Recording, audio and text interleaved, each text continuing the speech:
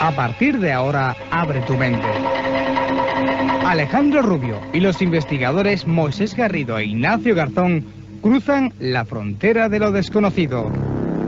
Todo lo que siempre has querido saber sobre ufología y parapsicología. A partir de ahora, la frontera de lo desconocido.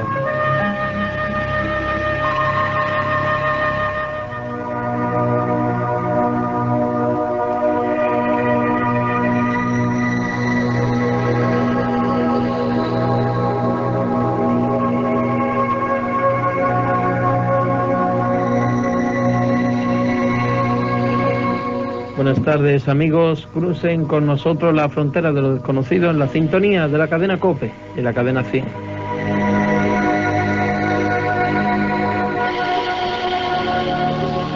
Seis años llevamos en esta cadena de emisoras hablándoles del mundo de la parapsicología y la ufología.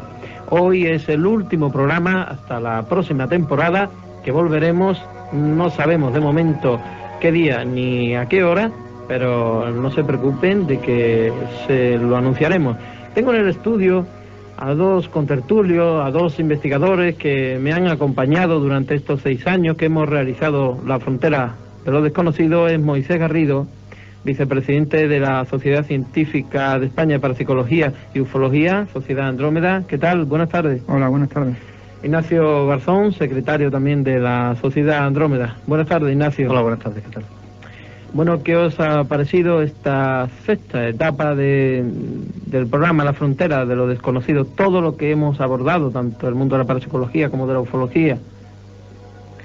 Bueno, yo lo valoro positivamente porque hemos seguido prácticamente la misma línea que desde un principio nos marcamos, una línea caracterizada por un rigor en el análisis de los temas y de una seriedad en la forma de tocarlos.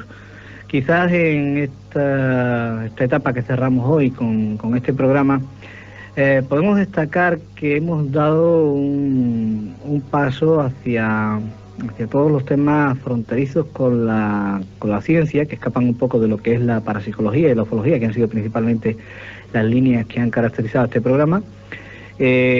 Y creo que se constata por el paso por estos micrófonos de personalidades de la ciencia como Juan Pérez Mercader o José Juan López Moreno, que nos han aportado conocimientos de vanguardia sobre lo que es el universo y sobre lo que es la ciencia más puntera, la investigación más avanzada en estos momentos, que bueno, que al fin y al cabo pues supone eso, la línea que marca el propio título del programa, La Frontera de lo Desconocido. No solo lo desconocido está en la parapsicología y la ufología, sino que el camino de la ciencia también tiene elementos desconocidos, y que precisamente es lo que motiva que día a día los investigadores de todo el mundo pues trabajen por descubrir cosas nuevas.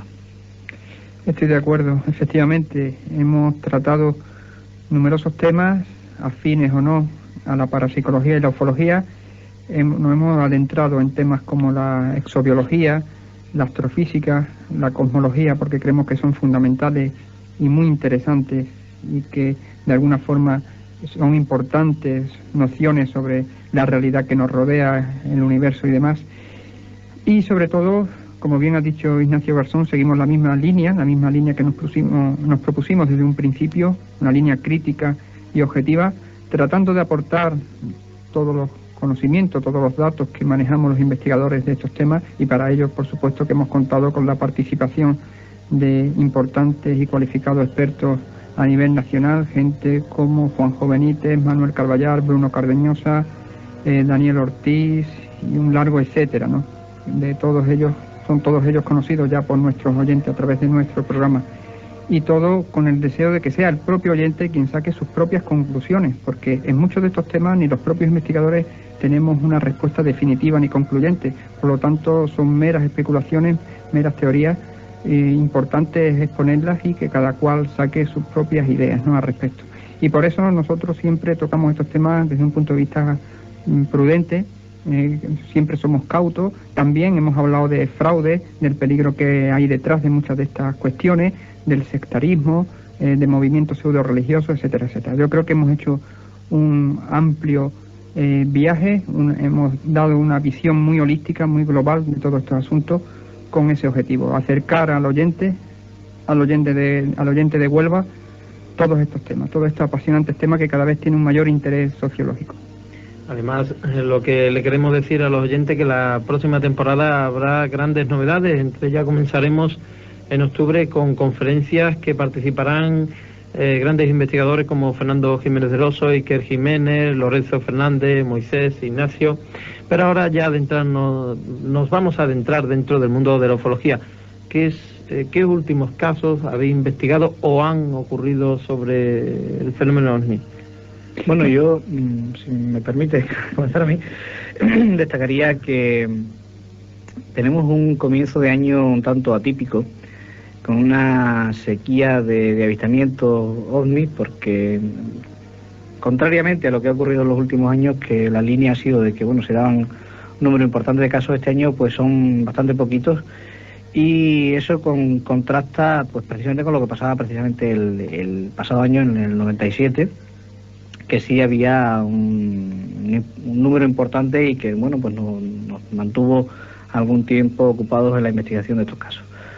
En cuanto a la parapsicología, pues siguen surgiendo casos importantes y seguimos pendientes de ellos. No hay quizás así elementos muy destacables, pero bueno, sigue en funcionamiento temas como el de las apariciones marianas, siguen ocurriendo algunos casos poltergeist y las líneas de investigación siguen siendo las mismas.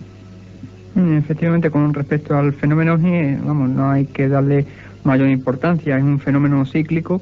Actualmente, zonas en las que hace unos años había ocurrido bastantes avistamientos de OVNI, como puedan ser el suroeste español y concretamente Huelva y Galicia, en estos momentos pues ha habido un descenso considerable de avistamientos de OVNI. En cambio, localidades que hace un par de años o 3 no habían avistamientos, los hay ahora. Ahora actualmente a nivel mundial, donde mayor número de casos OVNI se están registrando es sobre todo en Sudamérica y en Centroamérica también, sobre todo en México, ¿no?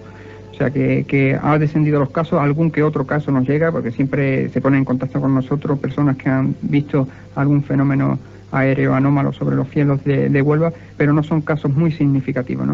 No obstante, sí, en el campo de la parapsicología a mí me han llegado algunos casos de apariciones de dormitorio, incluso de casos de poltergeist que, estudiaremos en los próximos meses. Y en el tema de las apariciones marianas sigue en vigor las clásicas apariciones de estas zonas que ya hemos comentado en otros programas, como la de Lepe, como la de Pedrera en la provincia de Sevilla, y las del Palmar de Troya, etcétera, etcétera, ¿no? Y en otros temas pues también hay ciertas novedades muy interesantes, ¿no?, dentro de la investigación de la parapsicología científica, ¿no? Además, publicaste, Moisés, un gran reportaje, porque así lo dice todo el mundo, en la revista Enigma, que te llevó 6 años de trabajo, de investigación sobre el Palmar de Troya. Pues si nos podría hablar un poco sobre el reportaje que publicaste en la revista Enigma. Pues ese trabajo, es el resumen no de 6 años, de 8 años, ¿no? Porque comencé a visitar el enclave del Palmar de Troya en la provincia de Sevilla en el año 90.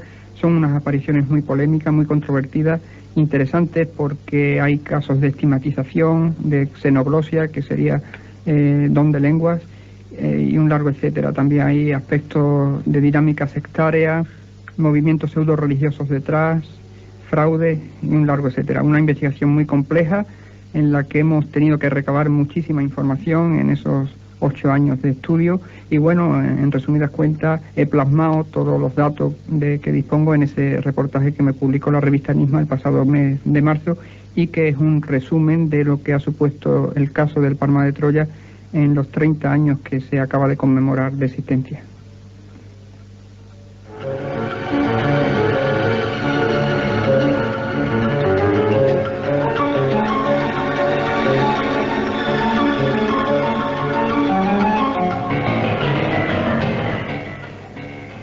Hay un elemento que quizás podríamos analizar aquí ahora, es la repercusión de toda esta temática en los medios de comunicación. hemos visto que ha crecido el interés por todo lo que supone el mundillo paranormal. La televisión nuevamente ha empezado a hacerse eco de estos temas con algún que otro programa nuevo. Hemos visto que han resurgido revistas especializadas en estos temas que habían, digamos, desaparecido. Y bueno, también los medios habituales de prensa se han hecho también eco de esta temática. Por ejemplo, aquí en la provincia de Huelva, el periódico La Voz de Huelva ha tenido durante prácticamente casi un año una página dominical dedicada a esta temática que en concreto me ha correspondido a mí llevar adelante. Y volvemos a ese interés cíclico por estos temas. ¿Por qué precisamente ahora, cuando por ejemplo hemos visto que en nuestro caso en la provincia de Huelva disminuía la fenomenología OVNI, ¿hay una relación real entre la fenomenología y el interés por social? Yo creo que no. A veces puede que sí, pero yo considero que no. Que en esto está detrás los medios de comunicación y manejan la información como quieren y cuando quieren, ¿no? Bueno, a través de satélite vía digital hay un canal dedicado única y exclusivamente a estas temáticas, que es Millennium, que por cierto no trata con el debido rigor ni con la debida seriedad estos asuntos, lamentablemente, pero bueno, hay un despertar de la información, hay una masificación de la información y eso también nunca es positivo, porque se muestran muchos datos, se exponen muchos artículos, muchas exclusivas, pero no suelen estar contrastados como se debiera. Y por eso muchos colaboradores de revistas actúan rápidamente en muchos casos, tratando más de recoger esa casuística con fines de publicación más que con fines de investigación. Y una investigación de este tipo requiere tiempo, requiere meses, requiere un amplio análisis, ¿no? Pero no rápidamente, como muchas veces se muestra en las revistas, ¿no? Casos actuales y a los pocos días aparece ya publicado un artículo y que vemos muchos errores de alguna manera se confunde lo que es el tratamiento como noticia con el tratamiento como el tratamiento especializado, digamos. Claro, hay mucho periodismo sobre este tema, pero no hay una especialización a la hora de investigar, ¿no? Hay pocos investigadores especializados en parapsicología, pocos investigadores especializados en ufología, pero sí hay muchos periodistas o recién licenciados en periodismo que se adentran en estos temas sin tener unas nociones o unas bases fundamentales en estos temas y únicamente recogen las noticias de sus grabadoras, las transcriben y las pasan a las revistas sin haber hecho una comprobación previa, y eso considero que es lamentable.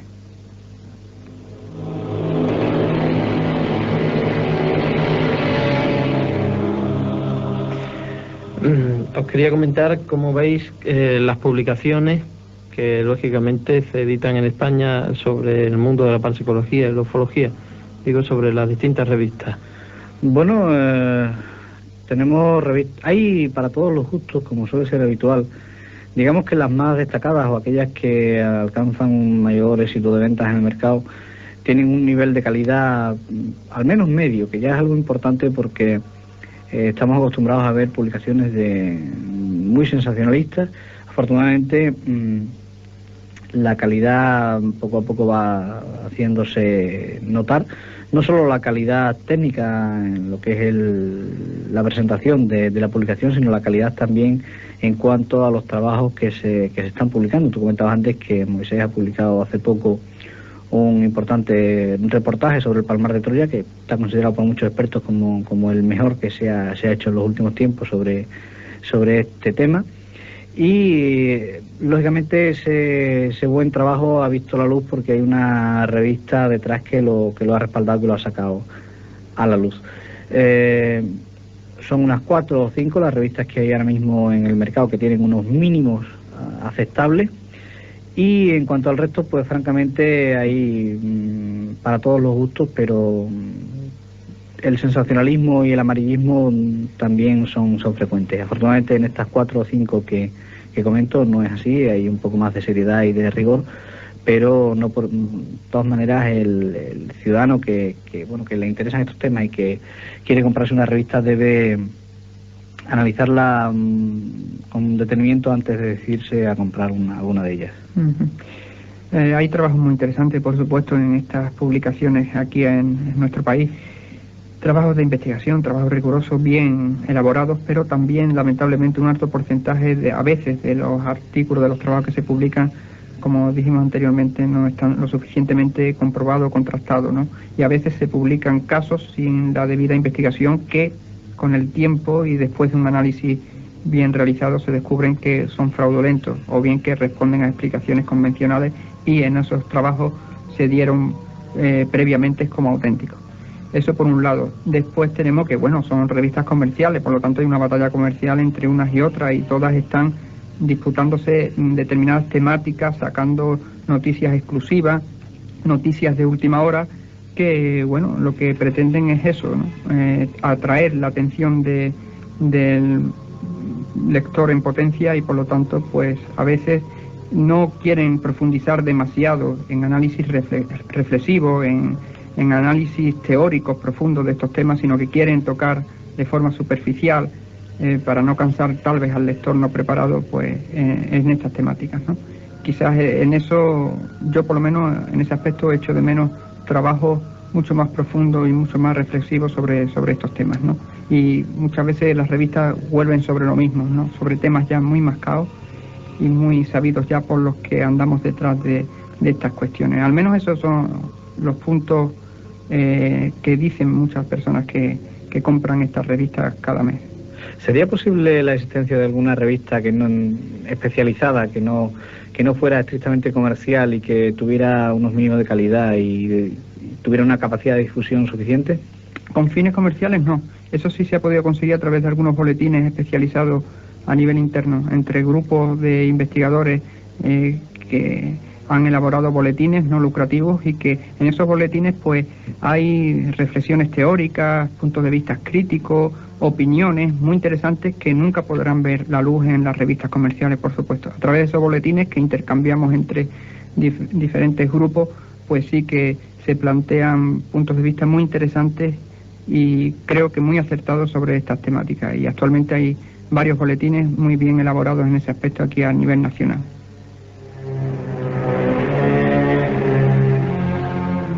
Ahora vamos a pasar a otro tema. Como las sectas, ¿creéis que cada vez son más? ¿Se están implantando más en España? ¿Cómo veis este tema? Porque es peligroso. Bueno, la cuestión sectaria es una que abordamos en bastantes ocasiones en este programa, aunque en alguna ocasión hemos echado de menos quizás a algunos de los expertos, porque bueno, es muy difícil poder contestar con todos y por cuestiones de agenda algunas veces pues nos es imposible tener a las personas que nos gustaría. Hay un dato, me parece que es interesante, que cada vez encontramos en los medios de comunicación mayores referencias al tema sectario.